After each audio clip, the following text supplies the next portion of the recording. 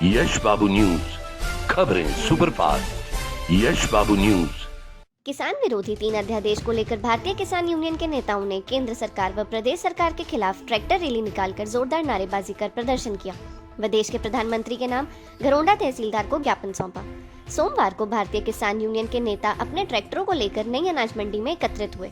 ट्रैक्टरों पर काले झंडे लगा सवार होकर केंद्र सरकार द्वारा पारित किसान विरोधी 3 अध्यादेश के विरोध में नारेबाजी करते हुए एसडीएम कार्यालय पहुंचे।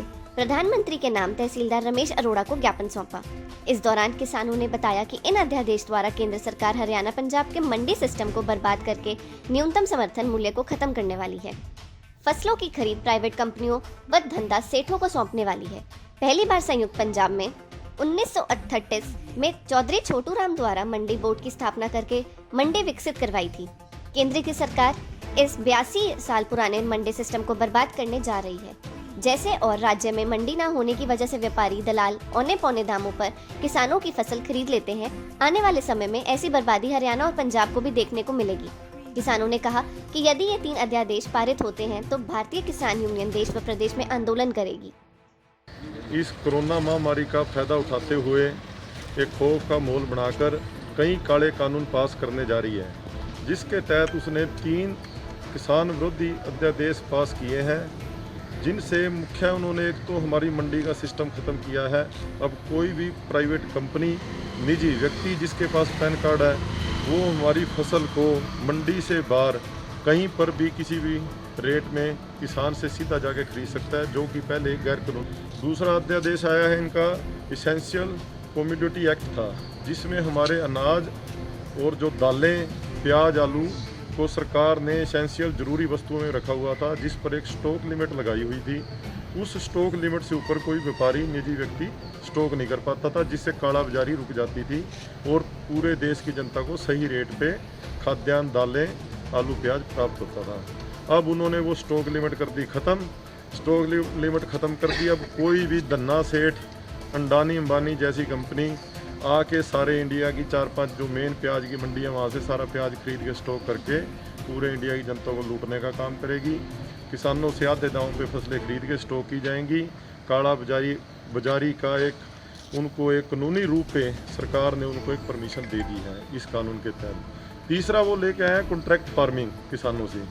उसमें उन्होंने कंपनियों के लिए बहुत कुछ ऐसे इजी काम किए हैं जिससे वो किसान को आराम से लूट सकती हैं। जैसे कि कोई भी कंपनी किसी किसान से यदि कॉन्ट्रैक्ट करती है, कॉन्ट्रैक्ट करने के बाद जैसे कि वो गेहूं की फसल का कॉन्ट्रैक्ट कर लिया, लेते वक्त वो किसी भी कंडीशन पर उस माल को रिजेक्ट कर सकती है। अभी हम इसको एमएसपी पे नहीं खरीदेंगे। किसान उसमें उसके साथ कोई फोर्स नहीं कर सकता।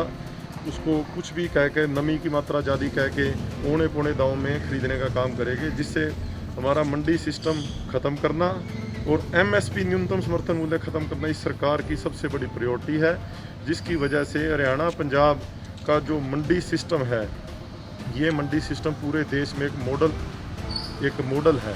पूरे देश में इन्हीं 2 स्टेटों में फसल एमएसपी पे बिकती है। 94% फसल इंडिया में एमएसपी पे नहीं बिकती। 6% सिर्फ हरियाणा पंजाब की फसल इस मंडी सिस्टम की वजह से बिकती थी।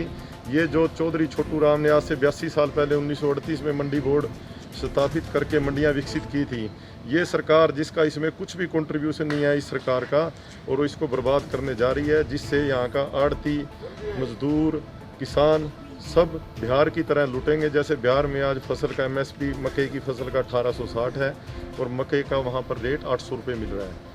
क्यों? वहाँ दलाल है, मंडी सिस्टम है नहीं। ये तो सबका साथ सबका विकास कहते थे, इन्होंने इस नारे को सबका साथ और सबका विनाश बना दिया। आप नारेबाजी कीजिए। इसमें आढ़ती एसोसिएशन घरोंडा और भारतीय किसान यूनियन पंजाब हरियाणा में कर रहे हैं, प्रदर्शन कर रहे हैं। ये 1938 में मंडी स्थापित की थी सर छोटू राम। आज 80 साल के बाद इसको मोदी सरकार तोड़ने जा रही है जी। और ये हमारा भाईचारा आढ़ती का और किसान का ख़राब हो रहा है इससे। पहले तो इन्होंने ये लगाया कि भाई अपना बैंक में खाते में पैसे आएंगे, उसमें दिक्कत आई।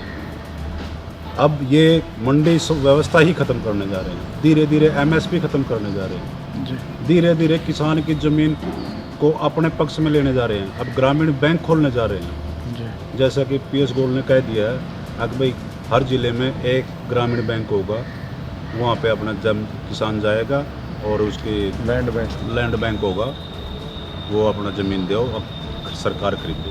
SDM साहब के माध्यम से मोदी प्रधानमंत्री मोदी को ज्ञापन दिया है। यश बाबू न्यूज, खबरें सुपरफास्ट। यश बाबू न्यूज।